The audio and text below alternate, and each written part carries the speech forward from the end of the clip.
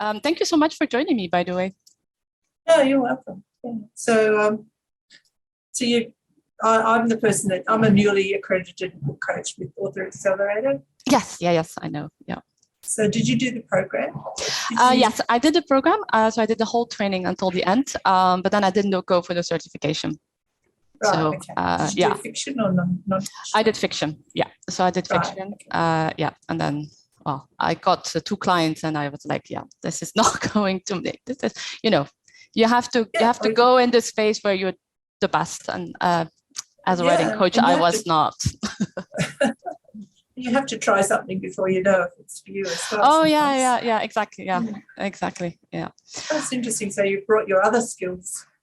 Yes, exactly. I literally created my job because now it seems very logical for me. I'm really into books, and I love writing, I love reading and that kind of thing. So in that sense, book writing coach seemed to be the logical solution as well. But then I was like, I'm forgetting all that part of working as a business consultant, which I really like doing as well. So it's the perfect way. So maybe it's 9 o'clock. Let's get off. I know that everyone's time is precious, so when people join, they can just join whenever they want. Do you have a question? Do you want me to help you out with something? No, I'm really just here out of curiosity. I've just invested in a business masterclass for the year, so I'm probably not going to be investing. Oh, no. More. So this is not. This is really not a kind of you come here and I'm selling you my offers. It's really like people drop in. So if you want to drop in every single month for years, that's absolutely fine. It's really helping people. And I'm very much a believer in referring other people. So I may know somebody that I can send to you. Exactly. I just want to make sure, and to you and to anyone, there's absolutely no pressure. This is not a thing that you suddenly will get 20 emails and 30 calls and you say you were there, so you want to sign up. So no, don't worry. Well, in that case, I might just reply to questions that I got from people. Yes. So when people can't be here in person, they can always send me questions. Sure. If you want to drop in as well, you can always at all time. So the first question I got is from Miriam. So Miriam is in Budapest, and she tells me, I have a blog, Instagram, Facebook, Twitter, LinkedIn account. I publish consistently, but I don't get any traction. So this is a question that indeed comes back lots of time.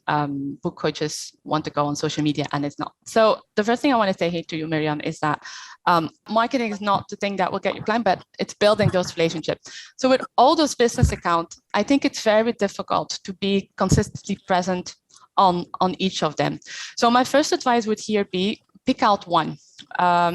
It doesn't I don't have any suggestions on which one would be the best or anything like that. It really depends on your own personality, but pick out one and focus really on that one. If you do that, you will be able already to see what the people that follow your account are really interested in. If there's a specific topic, is a specific things that you say, but also it will help you to build up that relationship. If, for example, someone follows your Instagram account, go see that other Instagram account, see if that could be a person with who you could connect. Send a message, just simple saying, hi, thank you for connecting. If you have a question or you want to have a chat, just let me know. And then to finish on that, I would say try to be consistent. I think social media, it really takes a little bit of time before you get that traction. So I would say pick out one and stay consistently on that platform for 6 months. Try to get it in, to know it in and out, and see how you can bring value to the people that are following you. So I hope that this was a good answer for you, that it has helped you. If you have any follow-up questions, just let me know. You can send me an email. So I'm going to take to welcome Sarah and Emily. Hi. So if you have, hello. So if you have any question, just drop it in the chat. I got a couple of questions from people who couldn't attend here in person. So I will reply to these while I figure out if you guys have other questions in the meanwhile. So I also got another question from Julia out of France. So in Europe, it's 2 a.m. in the morning. So those people will forget that they can't attend this business clinic at that very early time. So Julia says, I'm trying to identify my ideal client. Until now, I worked with a couple of entrepreneurs. It was great to work with them as they were available, motivated, and enthusiastic. I worked with someone who was in the corporate business, and it was quite complicated to get her enter her book. So my question is, how do I find my ideal client? So I think first one, you have a really good reflex, which is to go see which kind of clients you already have and see which ones you prefer to work with. So entrepreneurs, that's a part of your ideal client, but I think it's just a start. I think you have to like niche even more deeper. So the way I see it is that you have your target market, which are writers. Then you have your niche. So your niche, that can be that you are wanting to work with fiction writers, non-fiction writers, memoir writers, thriller writers, whatever you have that. And then you have that third part, which is your ideal client. So your ideal client, in your case, that would probably the entrepreneurs that you talked about between 30 to 45 years old. But you see that I would still work a little bit more on my niche and try to identify who specifically you want to work with. So going onto a niche, it can be quite challenging and stressful because people have always the impression, if I do all fiction writers, then I'm having a big market and then everyone will come and I have more chances to have clients. However, if you do that, it means that you're literally everywhere and in competition with many people who are also doing the same thing like you being on a fiction writer. However, if you go very precise, for example, you could say, so I'm going to target writers, but I'm going to target writers who want to write a thriller and they want to be entrepreneurs. It will already make it much easier for you to know who you have to address and where you have to show up. For example, on Facebook, you have specific thriller writer groups. So that means that you can spend all your time on those thriller writer groups. Same for the organizations. Or for example, I recently advised someone to get in contact with her local thriller guide. He did this kind of tours.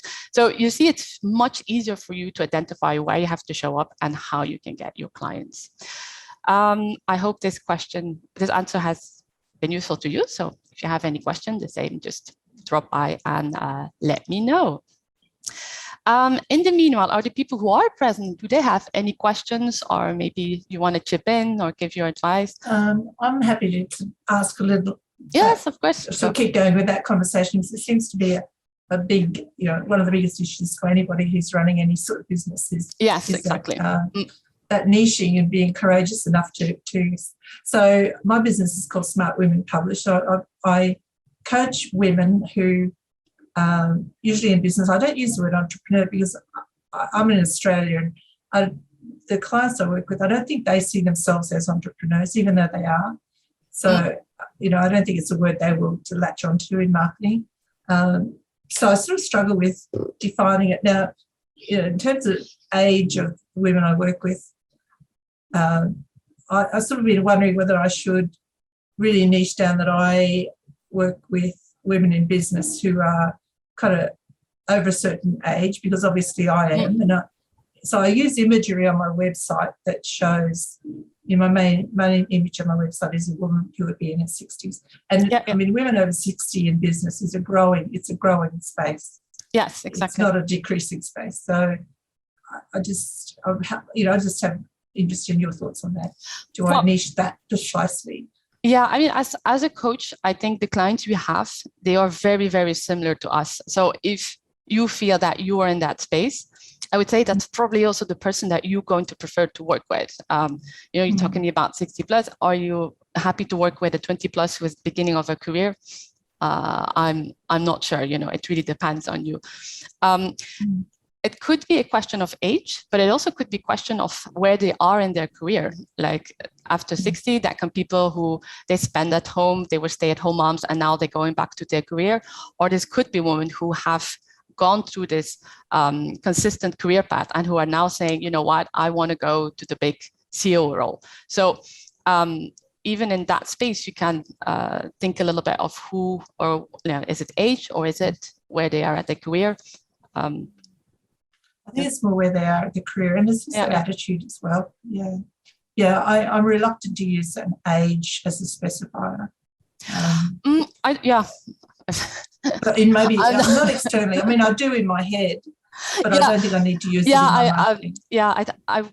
I'm not sure it would be a good thing to say, hey, I'm working for 60 plus, like, you could always put a spin on it, but I would say, like, if I'm not that old that, I have to have a specific book writing code. But, it's the way you use your words and how you bring it. I mean, if you say, I'm really targeting people who are CEOs or who are very far in their career or who have, grown out the nest of the children, it's obviously that you are targeting a specific group of people. I think the other day I came up with something like, you're already successful in your career, but this book writing thing is new to you. And I think that's as closest as I've got to my ideal client. They're good at what they do. They just need help with the book because they've never done it before. Yeah, exactly. Well, that's why that's why you're here. Huh? That's I think it's just we work on a kind of on the marketing language, and also I wouldn't hang too much on it. You just starting out, and then you just see who comes, who reacts. It's always a work in progress. You start out with one specific person, and then over time it just changes, and it should change as well, because you're changing as well. You have other ideas. It can even happen you have a client and then suddenly like, actually that's not someone I absolutely don't want to work with. So it's Thank you. Don't get too hung up, and I would say do it via the marketing. So Chantell, she asked a very interesting one. So how to identify and deal with brain pickers? So that is indeed something that we all deal with at one point or another. You will have the person that tells you, I just have a question. And then before you know it, you spend an hour replying to her emails, or, you have a 2-hour call on explaining things. So what I would do here is, first of all, identify if the people are asking you the same question over and over. If, for example, it's like, how do I find time to write a book? Then you can just write a blog post. And when you get that question, you say, here, I have the link to this blog post. You can go on there. It gives you a couple of tips. It's also good because then you get always someone going on that Facebook post, on that Instagram post, on that website post. So it keeps going. Another one you could do is try to get people to your website or via lead magnet. Same thing. If you see that's always the same question, you just tell, sign up for the lead magnet. And then I have a newsletter. If you want to talk to me about it, just let me know and I will talk about this or this topic in the newsletter, which gives you free content ideas. And you know that at least someone will read that article. And then another one is to do what I am doing here, actually. It's just, every week or bi-weekly or monthly. I do it every month, but some people do it every week. You just say, okay, you know what? It's free office hours. You drop in, you ask me your question. Again, it's really good market research for you, but it avoids that you have that person calling you or chatting you up all the time. Now, it's not going to discourage all brain pickers. So at one point, I just think, you have to be consistent and say, okay, we've gone through this for a long time now. This is not something that we can handle in an email or over Zoom chat.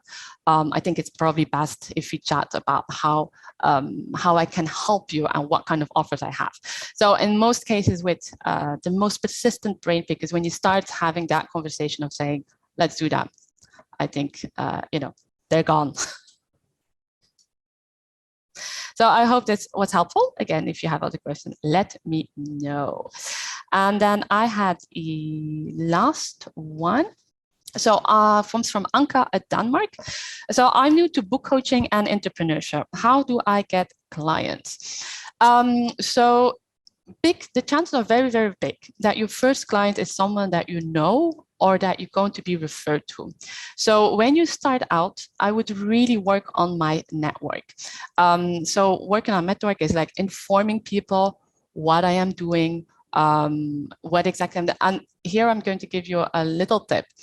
Don't say, for example, to your mom, I'm a book writing coach. but rather say, I help people write their thriller book, or I help people write their business book, because that makes it, even if the person doesn't know what a book writing coach is, everybody knows what it is to write a book. So work on your network, try to be known locally as well. So locally, go see libraries, get in contact with other writers. There's a lot of things that you can do on a local level. And if you see my lead magnet, I have a list of 41 people that you can contact that might lead you to your next client. And also, don't be afraid. Just go out, send out those emails. I must say this is a time-consuming process, but I have seen in my experience that honestly, it's very time-consuming, but it's also the one with the best results, because this is referral, this connection. People know you, and they're going to be much more willing to sign up and to help you have that first paying client. I also want to say that it's actually having that first paying client that is the most difficult. So don't give up too soon. I know there's lots of book writing coaches. They get in, they try anything and everything, and it's just not working. But you have to keep on trying, and at least give it 6 months. Probably you will have your client before, but we're having in mind that it's 6 months. It keeps your mind at ease, and also you keep on going. And once you have that first paying client, you will see it's like you opened the box, and that now everyone knows about you. So I hope that helped for you, Anka. I feel there's a lot of the Europeans. I might have to do a business clinic for the Europeans. I wake up 2 a.m. Okay, so are there any other questions or something you just want to discuss about? I mean, I'm open to have a discussion as well. I'm here for you. No, I'm okay. No, Emily, does Emily want to say something? Yes, I'm here. I suppose things are going pretty well. This is my 4th or 5th year in business. So I'm about to be 5 years in business at this point, and I've just loved it. I've been supporting my family for quite a while on it. And I remember getting my first clients. Some of my first clients are still my clients today. And so I think I've also, one thing I think is great is when you're setting your prices for your first clients, sometimes I honor those prices for years to come. If I really want to continue supporting somebody with that success, they have my 2017 prices. And so, and then as I've brought new clients on, I've raised those prices. But my earlier clients tend to be my big success stories. And so of course, I want to continue to be able to do that. So yeah, at this point, I would say, I love the process of, my son is in the background. He's being loud with my husband. So yeah, I love the process of finding clients. And now I'm getting more into group programs and courses. Yeah. You actually told me that you built up a quite successful social media following. Instagram is what I think for the start of my business, and I love talking about social media. Yeah, this is great. For the first years of my business, I was only on Facebook, and then, but now I cannot believe Instagram is going really well. And also I think one cool thing is between publishing companies and self-publishing, everybody seems to be a little bit more focused on Instagram. And one thing I find with my Facebook group, I post every day. I lead them through things, but it's very much a teacher type of thing where I have to be present in the classroom. And with Instagram, it's a little bit more loose. I can post, I cannot post days. It's not quite as much responsibility on the one end. And on the other end, compared to the Facebook group, it's so much easier to get traffic just by interacting with other people on Instagram. So I prefer it at this point. Oh yeah. It actually made me think, because I mean, you came out of the question because there was someone who asked me a question saying that she was on all this social media accounts and that she didn't have any traction. And I told her that it was best, like in the beginning, to focus on just one. And you're just confirming that indeed by focusing on Facebook, you've really got to know the people who you want to work with, who are in your group, you got that traction. And when did you get on your Instagram account? Oh, so in my Instagram, I started it in 2018 and I left it for a year to write my book. Okay. Because as I said, for me, I heard you say that and I completely agree 1,000,000%. So in my lived experience, when I started my Instagram account in 2018, I noticed that 90% of my sales were coming from my Facebook group because it was more intimate at that time. So I was writing my second book. I left Instagram because I did not have time or energy to even do 2 social media channels at that time while writing a book at the same time. I focused all of my sales, all of my energy on my one Facebook group. And then I just launched a book September 2021, and I got back on Instagram, and there are some interesting things about Instagram that make it harder to start. But since 2021, because of daily diligent, go into it and meeting people, I have now had 7 new clients since New Year's. Oh, wow. Congratulations. And so, New Year's, I had 4. And then, so it's worth it. I go to other accounts, I give them 5 likes, genuinely read their captions, comment on their captions. But as you were talking about with relationships and connections, if you just go and like everybody's post, you're not going to get any traction. It's only through the genuine connections and spending that extra time. And so, yes, it's a snowball effect, but it's an effective snowball effect. And so I've gotten really enthusiastic now. I've only gone on since 2021, but I'm super enthusiastic about Instagram for your author career. And it's an easier way for me, at least, to network with. Well, that's why I thought it was great that you came on the call, because I know that you have gone through that and that you have a quite successful Facebook group. By the way, you can I will put the link. Same is for you, Beth. If you have a group or something to promote, I'm always happy to put that put that on as well. Awesome. Yeah. And I'm so excited to meet you in person. I know the programs and the things you do, and I think it's such a great industry. I love this kind of work. So. Oh, well, I love it from the business side when I see how how the coach develops, and also there's like no one that really focuses on book writing coaches on itself. And I feel when you go with general business coaches, of course they have the models and the things of doing, but there are things that you as a book coach, they just can't understand that you spend so much time on it. Like on the client work, it's not just, okay, you know what, I'm opening my text and I'm reading it for 10 minutes and that's it. I mean, it really takes a lot of time. So it's not something like an other coach would be able to do. So. Yeah. And I think in coaching, often people try to sell things by, a small investment having large returns. And so in the coaching industry, you see a lot about do a minimal amount of work and make a ton of money. And so, and book writing and coaching doesn't have that flashy, it's not flashy in that way.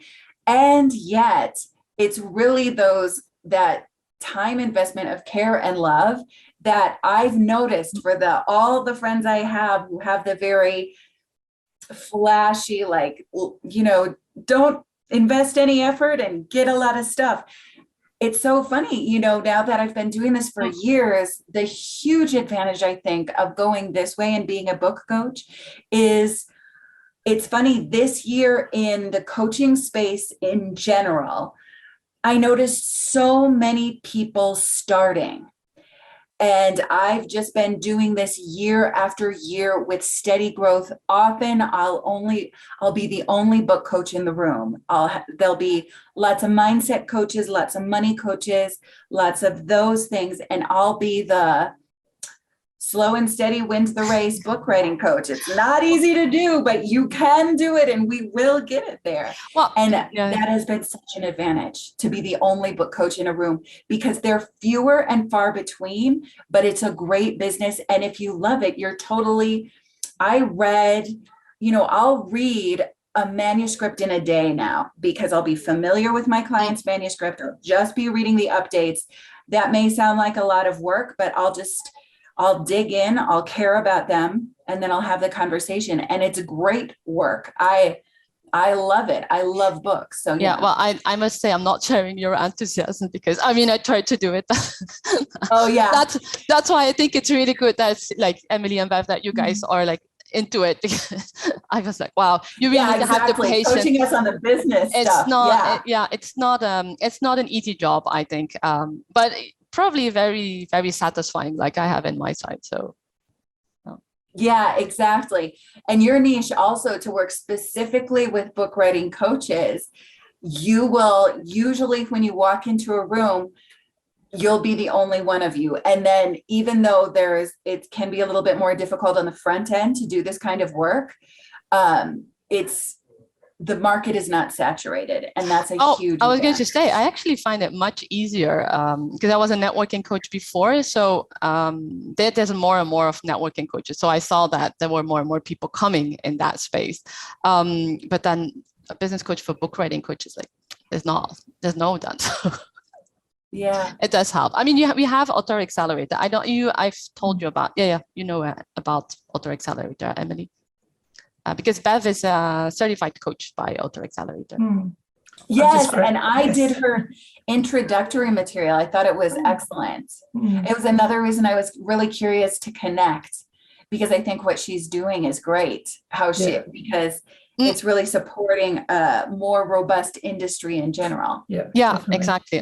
Well, we need it, and she has like that passion to get those stories out. So especially now, like with COVID and the whole thing, I feel so many people are now putting in their mind, actually, I need to write that book, because you never know what happens tomorrow. So I have to get there. And it's good as well, like to get really good writers up, because I sometimes think you can have a really good story, but you really need a book writing coach to help you put it in place, go to the storyline, see if it fits. And I think it's great that she offers that training. So Emily, do you coach fiction? Is that your space, fiction writing? It's so funny. So I do a spiritual path to writing and publishing. And I was listening to your idea, and I think this is wonderful.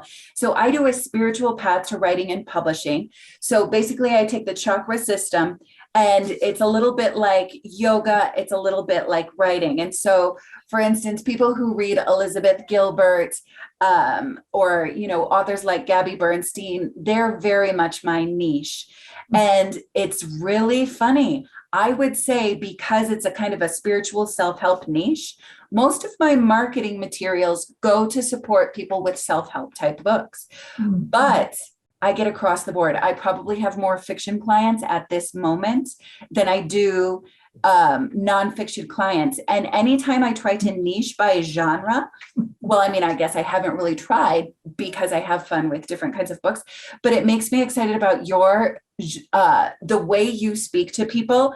I have created close relationships because I speak the chakra language. I talk about the phases of the moon and crystals and things like that. And everybody's like, you're my girl. And so I think that in the way you communicate,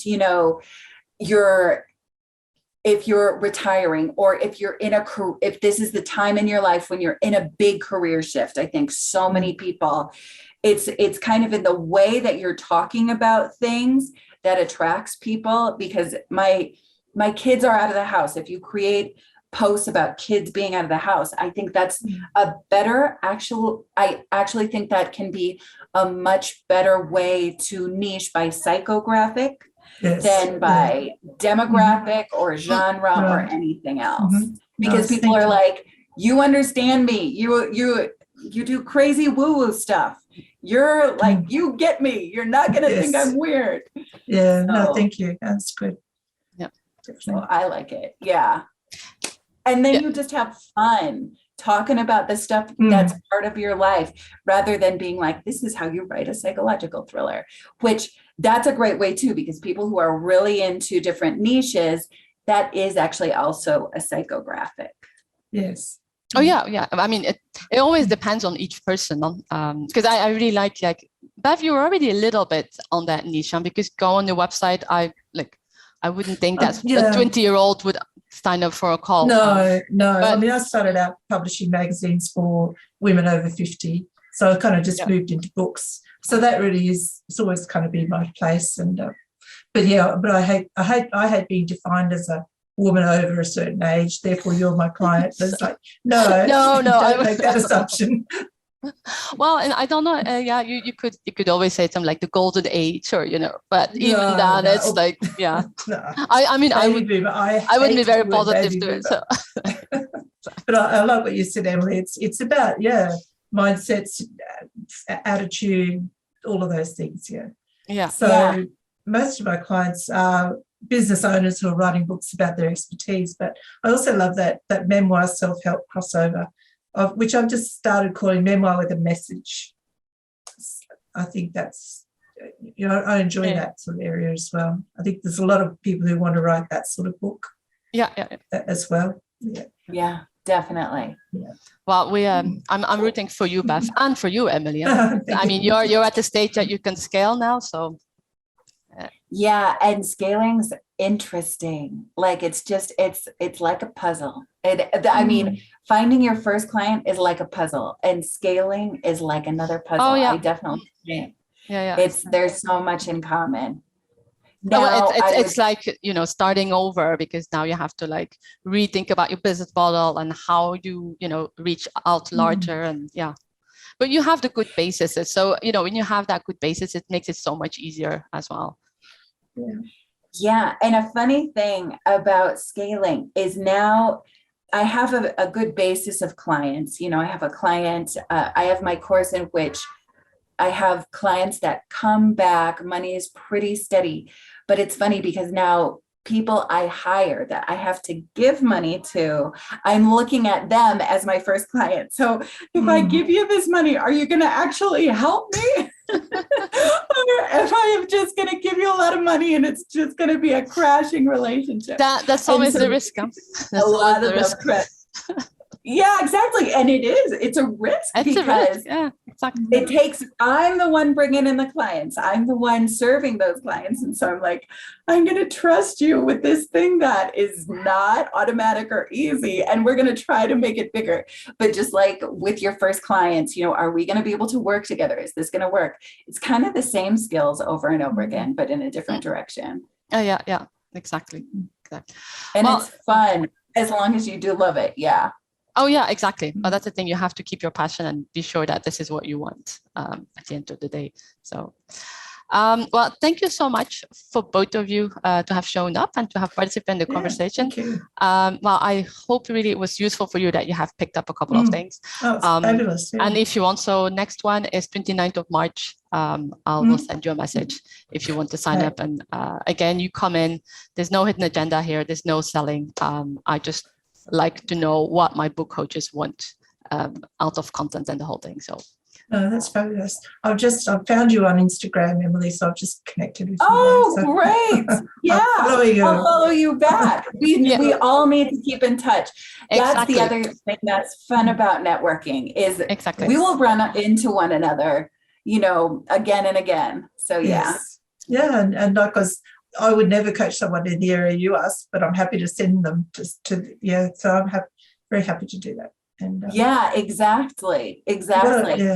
And people will find, if you do summits and different things like that, people vibe with different people, and it's just fun to see how different businesses grow over time. Oh, yeah, for sure. Yeah, and I would say that it's really important as well that you support each other among each other, because there are things that only book writing coaches can understand. So it's a great way as well to connect with other people.